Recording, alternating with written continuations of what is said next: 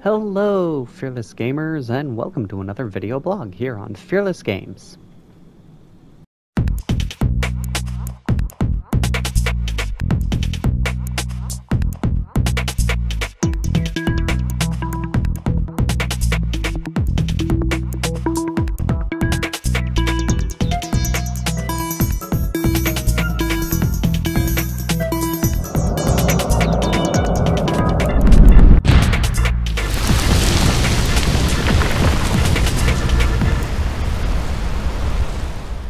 How's it going, everybody? Once again, we are back here with our playthrough of Pacific Drive. We've done a few upgrades on the car. We've added lead shielding to the front of it. Now, the front should protect us from radiation. The sides should protect us from electricity. And again, we got the charger there. We put in an extra fuel tank to get more gas.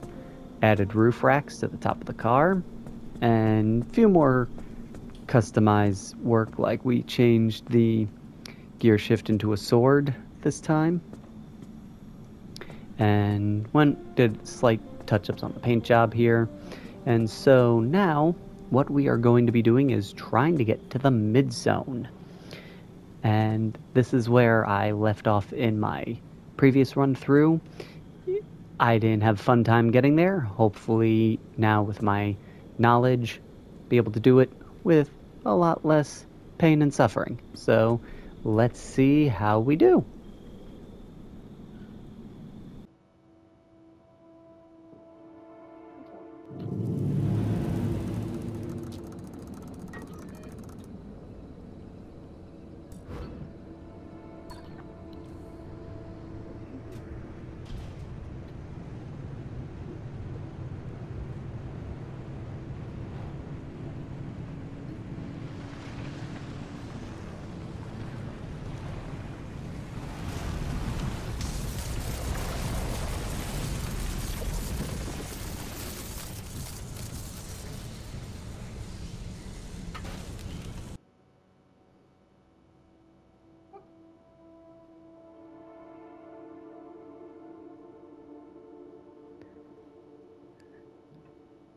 Good boy.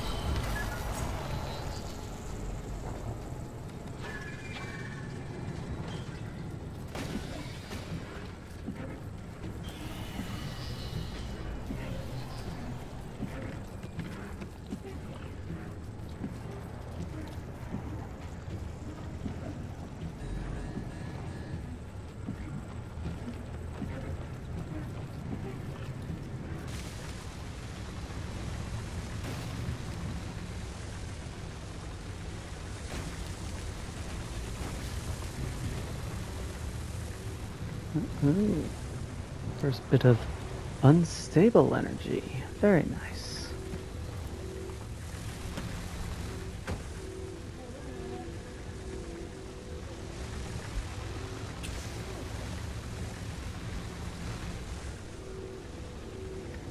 So we'll get that, plug it in, and then we can get access to some better upgrades.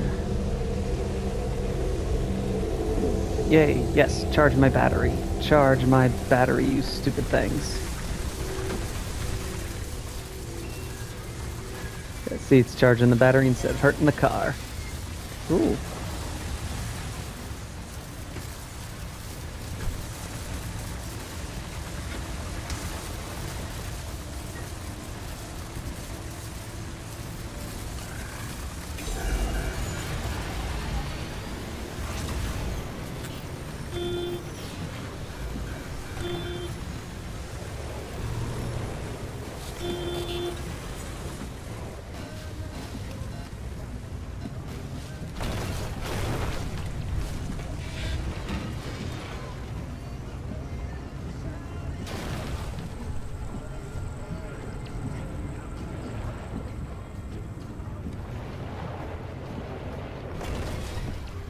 This isn't gonna be good.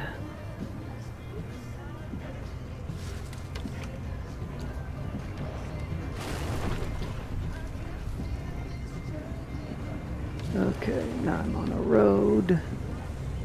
This should be good.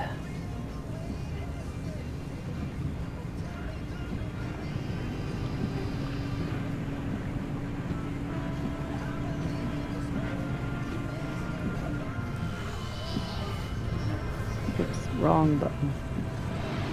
Heal myself up.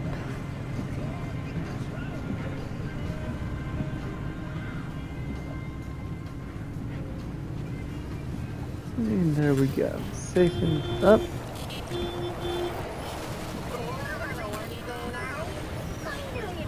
Come on. There we go. Gotta get through that because the red stuff will hurt the car badly.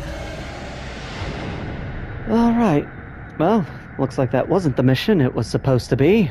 I don't know what happened, but we'll try again.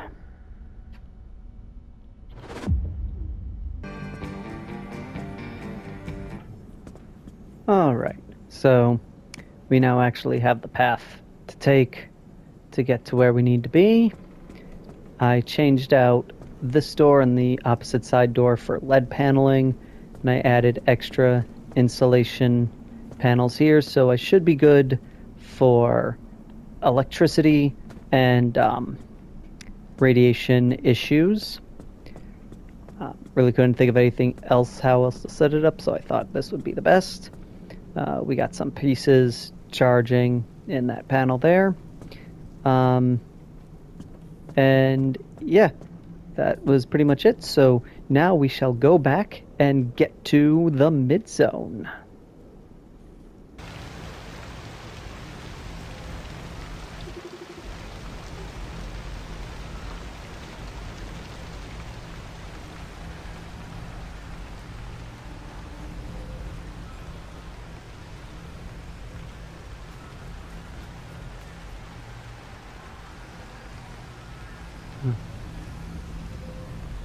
Interesting. I've seen this before. It's weird. Let's see what happens when I drop the bullet. Hopefully nothing bad.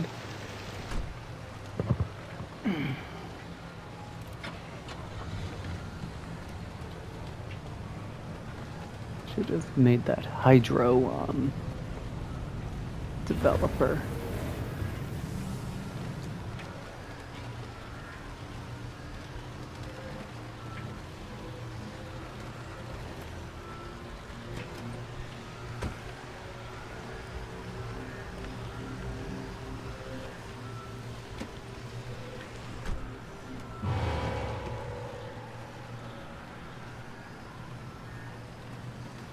I don't know what that did, but hopefully it didn't do anything bad.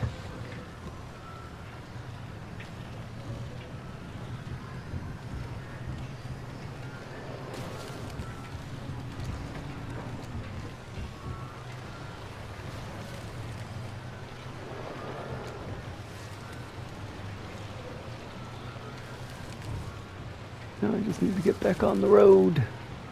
There's the road.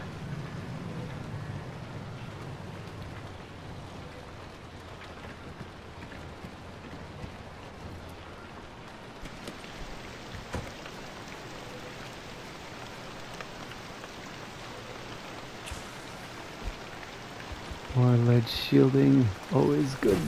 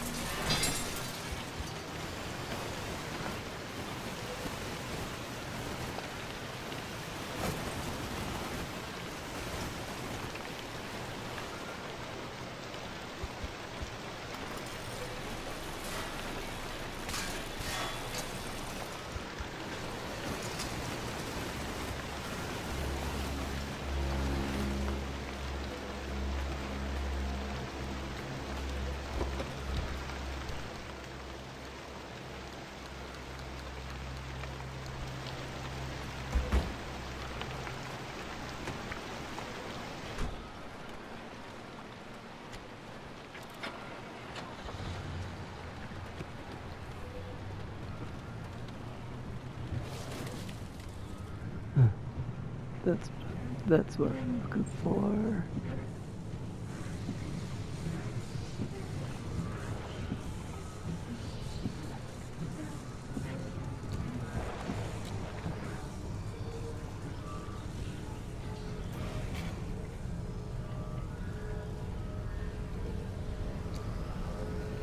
Let's get ourselves a distance away.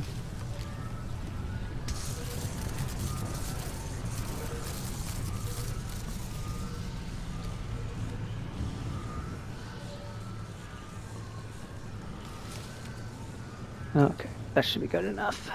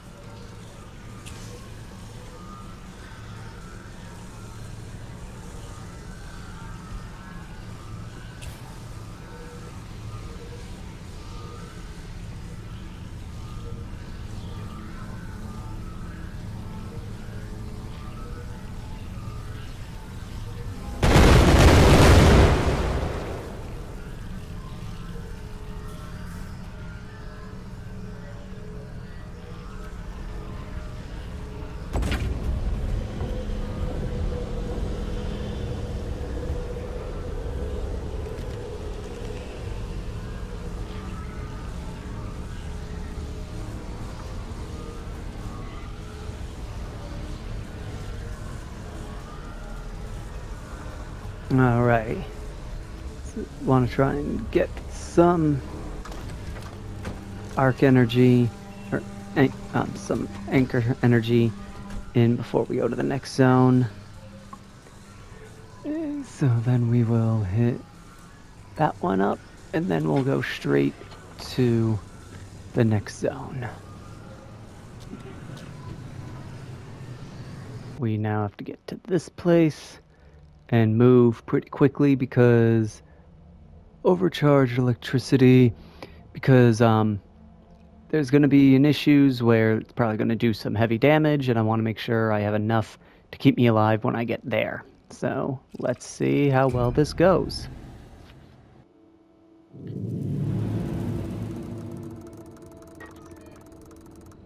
Hey, this is thankfully a pretty straightforward route, so there should be no major issues. Gonna get that one bit of arc energy.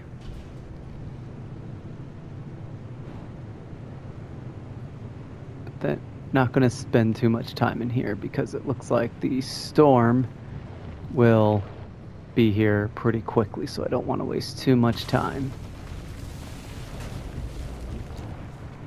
Alright, we are running pretty badly on health here, but we made it. And now we're into the mid-zone. Hopefully I have some room to make some repairs real quick.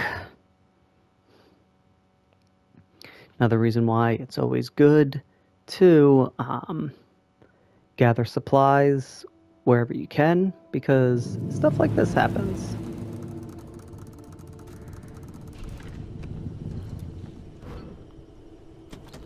Okay, so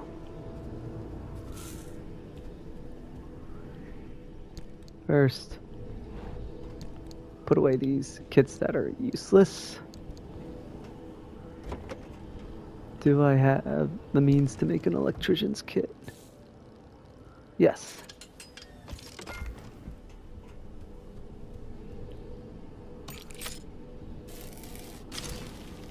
Okay. So now I need repair putty.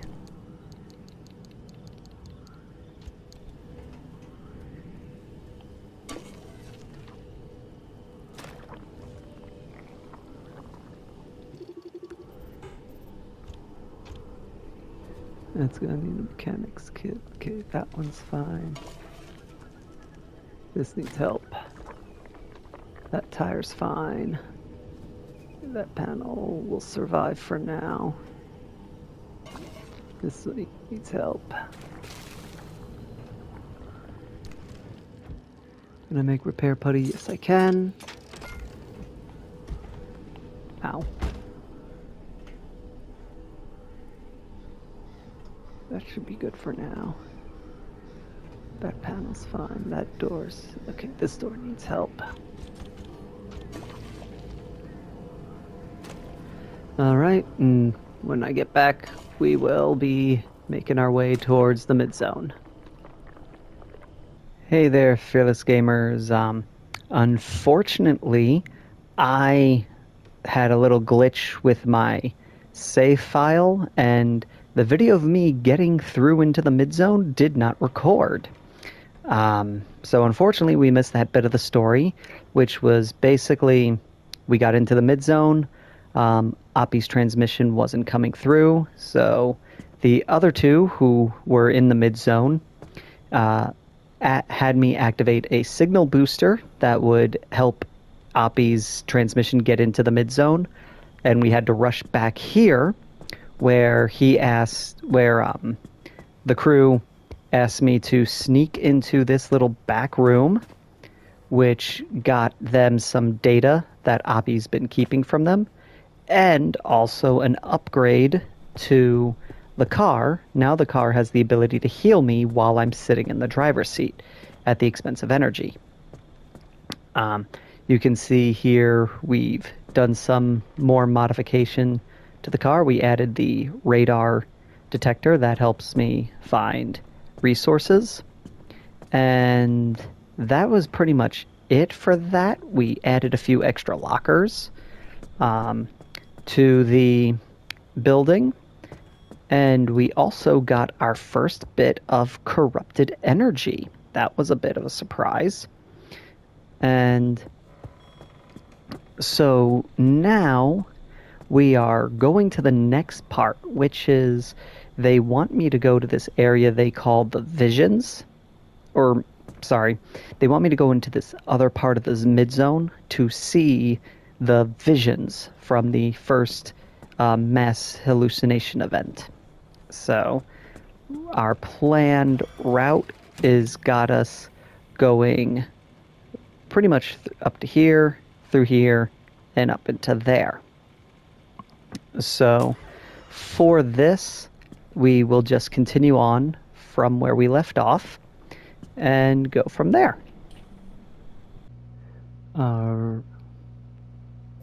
Alright, so we made it through this highway, we got through this junction, and we can go one of two ways. This way will lead us to the board that I had to take to get to the mid-zone originally.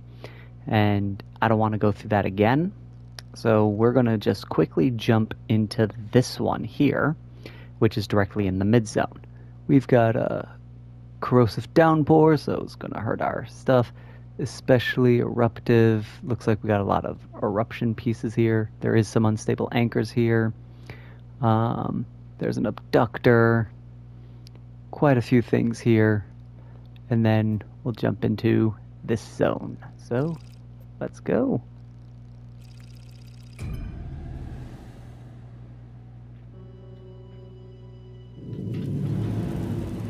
And this is the mid zone. This is what it looks like. So I'm not going to spend much time here. We are going to just follow this road and get out of here. Though it looks like there might be a repair station on the way. I might stop in on that.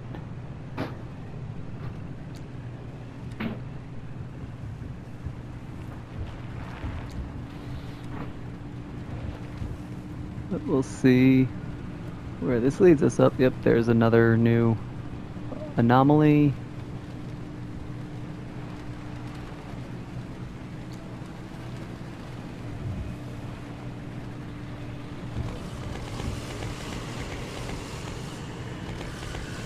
We're in a corrosive squall. Wonderful. This is new. I don't know what to expect from this.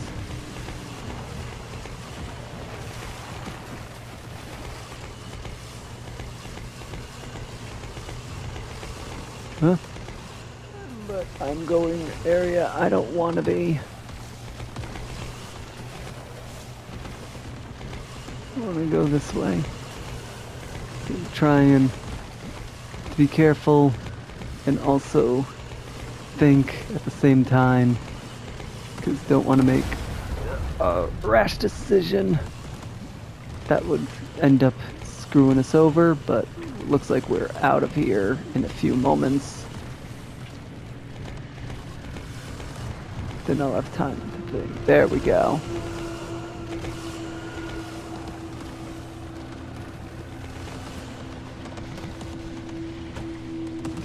What is this?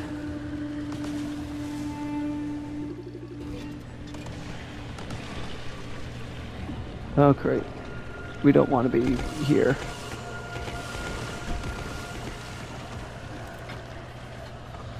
I'll deal with that flat tire in the next zone. Because usually the story mission areas are a little more subdue.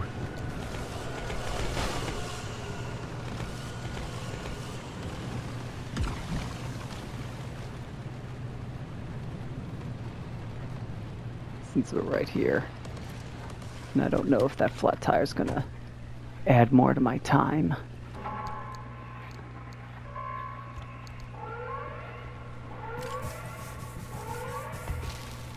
There we go. And just like that, a storm's on its way. Okay. And away into the next zone. And here we go. Are you ready, driver? Okay, first off, I've loaded up 3 locations on your ARC device map. You see them? Head to whichever strikes your fancy.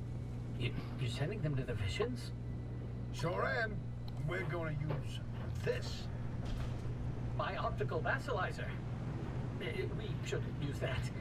Why not? I mean, it's been decades. No way that thing is in any sort of working shape. I've been fixing it up in secret, and I'm sorry. Don't be mad. It's going to be a surprise for your birthday. Oh, I've gone ahead and made an itty-bitty modification to your headset, driver. I've hooked up the basalizer here to modulate your scan function. Think of it like an extra layer of mayonnaise on your technology sandwich. What are you using the vassalizer for? No spoilers. We have to tell the story from the beginning. Driver, get ready to feast your eyes on the Visions.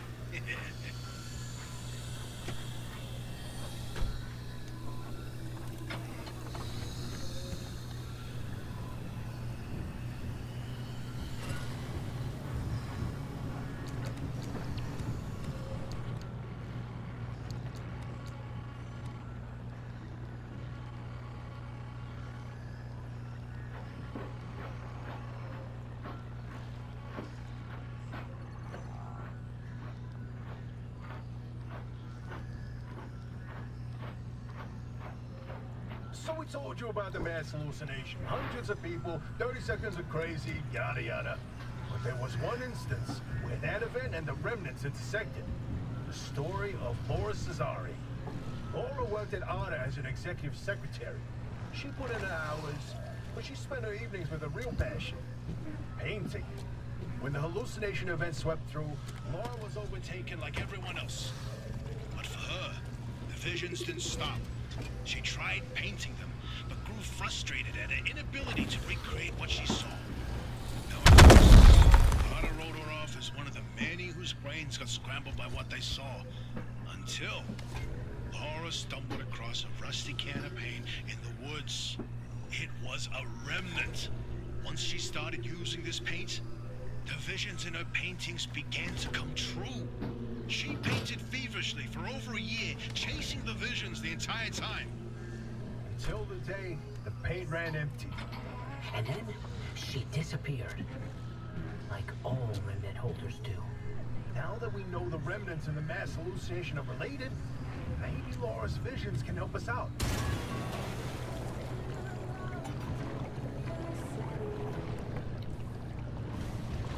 Don't want no energy drain. Another flat.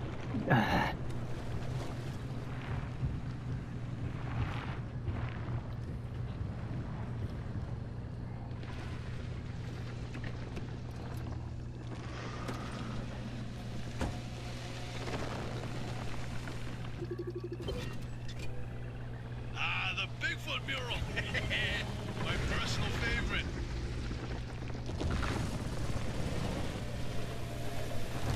Hey, is it just me, or did this mural look different before? Probably the instability messing with the paint over time. It's been decades after all. Something's definitely off. Hey, where's our old notes from when we took a field trip out that way? Driver, why don't you go ahead to the next one while we investigate this? This is where your theory comes in, Francis. You tell him. Oh, look at me babbling away. Francis, you explain it. It's so good. No, it's just... I'd rather not. Come on, we talked about this. You should probably your word. Toot your own horn. Not this time. Okay, well, Francis' theory, his entire branch of research was that the zone exhibits a property seen nowhere else on Earth. Every phenomenon that occurs here leaves its fingerprint forever on the physical space. So he created this device to pick up on these sub-physical after effects. How did you explain it? It was like identifying a whale's favorite color using only the wake it leaves behind. The rest was science mumbo-jumbo. It's a form of electromagnetic imprint. Anyway, it was a long time ago. And what a better time than now to try it again.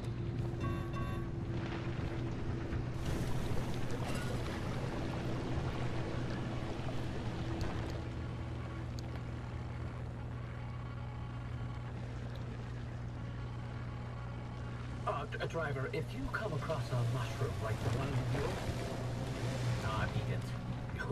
No matter how tasty it might look.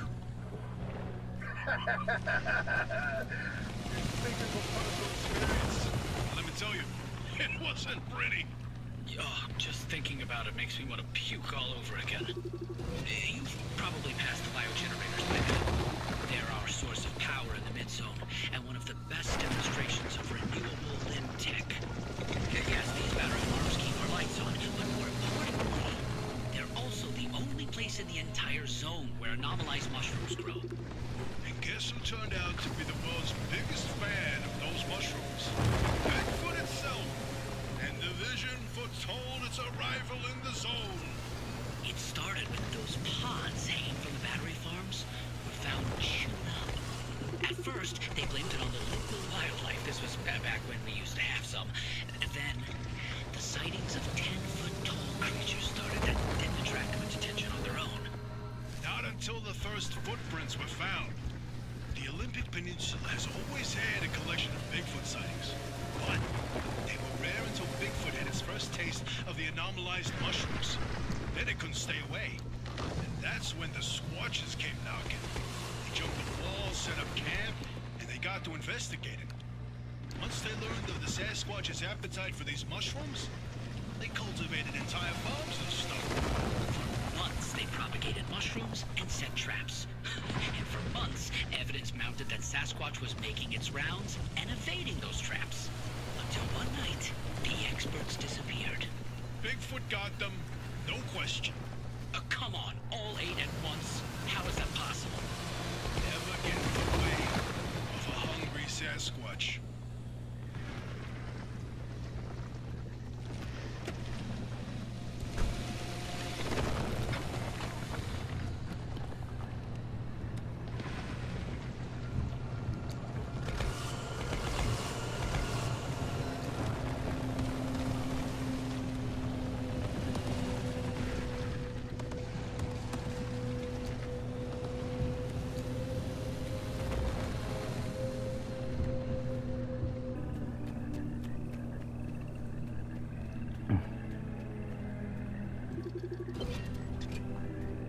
The Great Pile-Up. You know, if you catch the mural at the right angle, when the moon is right overhead, you can spot the helmsman's body in one of the boats. No chance. It's a paint smudge, nothing more. Believe me, it's true. I've seen it.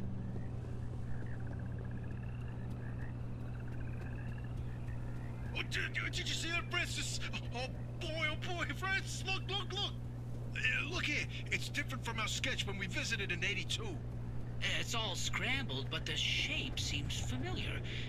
If you tilt your head, doesn't that kind of look like Mount Olympus? Oh, Francis, you flippin' genius! It absolutely is! Wait, let's look back at the first one. What's different there? That shape right there, is that Hook Valley? Holy smokes! Oh, wait, pull up all the topographical maps of the peninsula. If we look around the areas where you'd get that view of Mount Olympus... See, Francis? I told you your basilizer would work. I don't think this is the basilizer, Stu. Driver, we're on to something. Get to that third vision.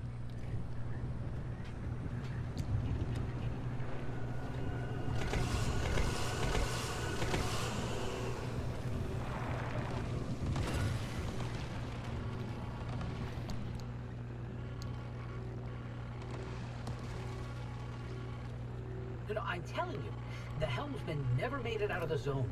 He died here. Not this again. I still don't know why you're so convinced they existed in the first place. Driver, back me up here. This is how the story goes. It was the winter of '72. A ship set sail down the Columbia River 100 miles east of here. The helmsman was overcome by bad weather, and while in a particularly foggy patch, the boat hit something, and the impact threw him from the deck. When he woke up, he was on a boat on this very lake, smack in the middle of the zone, with no idea how he got there. He had with him a ridiculous amount of cash and paid anyone and everyone to get him Out of the zone. But no matter how he tried to leave, on foot, in a transport, he would always head into a fog and re-emerge on another boat. At last count, the Great Pile-Up was 20 boats high and 30 boats wide. A limb duplication glitch, nothing more. And you, of all people, blaming limb tech instead of a good old-fashioned mystery? It doesn't add up.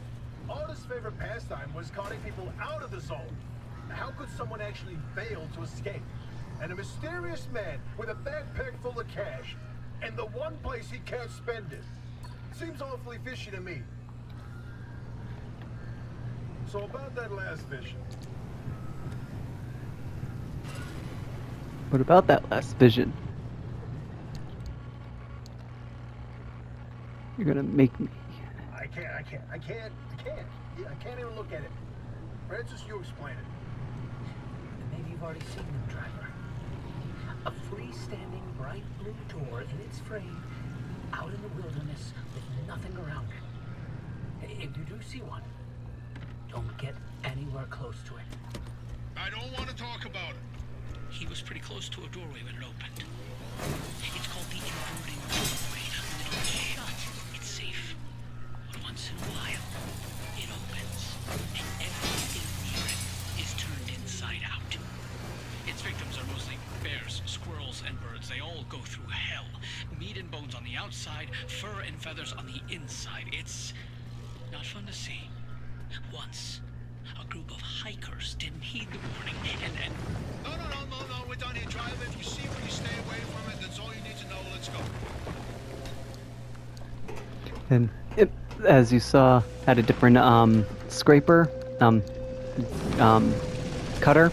I forgot to mention I had upgraded the cutter to the plasma cutter. It takes less time to cut through pieces. Now, let's see. I think I should have enough duct tape to make a yes.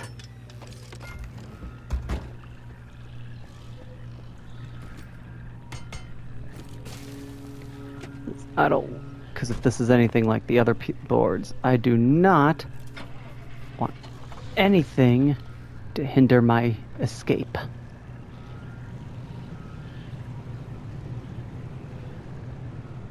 And the front of the car is already messed up.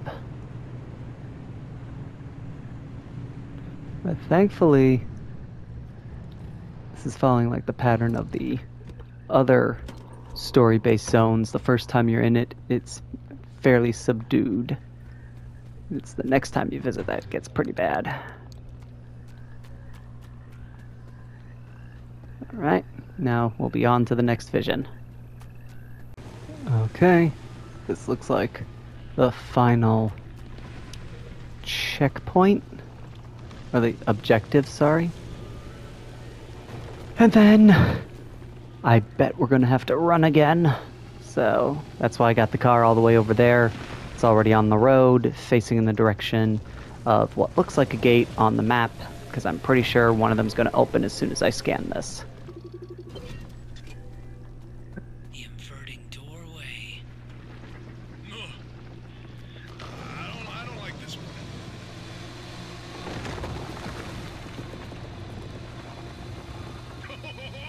Bingo! See that pattern in the last mural? That flower only grows above a certain elevation. And they're both at three locations together. A square mile in the northeast corner of the deep zone. Huh. The visions were pointing towards something the entire time. Hey, Alfie, you can stop pretending to ignore us now. Take a look at this fine work. We've pinned down the location for the source of the mass hallucination. That's where the driver needs to go. Well, what do you know? Well, I knew the basilizer worked. What did I tell you, huh? He still doesn't know, Francis. You know what? Alfie? Not my story to share.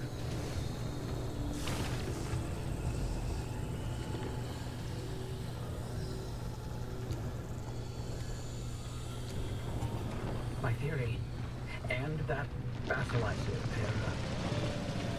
they're illegitimate. Wait, what are you saying? I built that device to prove my imprint theory, and it was on the verge of getting the results I needed. But my research funding was running out. So, I forged the data. Not much, just enough to justify more time. I was so close. I knew the breakthrough was right around the corner. But Arda found out. That's why I was reassigned and my clearance revoked. Wait. So you changed labs voluntarily? 8 years of research with nothing to show for it. And then for that to happen, I couldn't face you. That doesn't mean your theory is wrong. I still think there's something to it. There's a common thread with some of the remnant stories, like the telephone switchboard. The ones that seem to recall the past somehow. Maybe the remnants access those imprints. Thread them like a needle in the groove of a record. Don't. You don't have to do that. Oh, I don't care about that's it bad. anymore.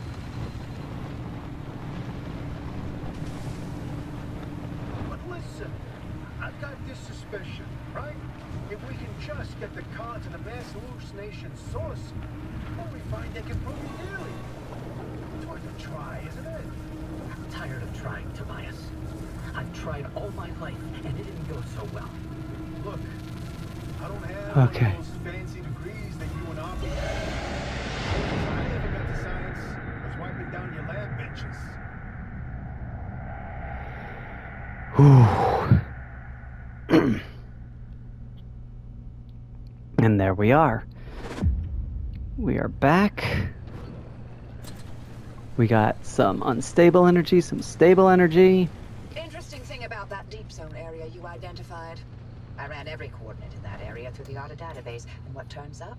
But access logs with entry records for Dr. K up through March 1963.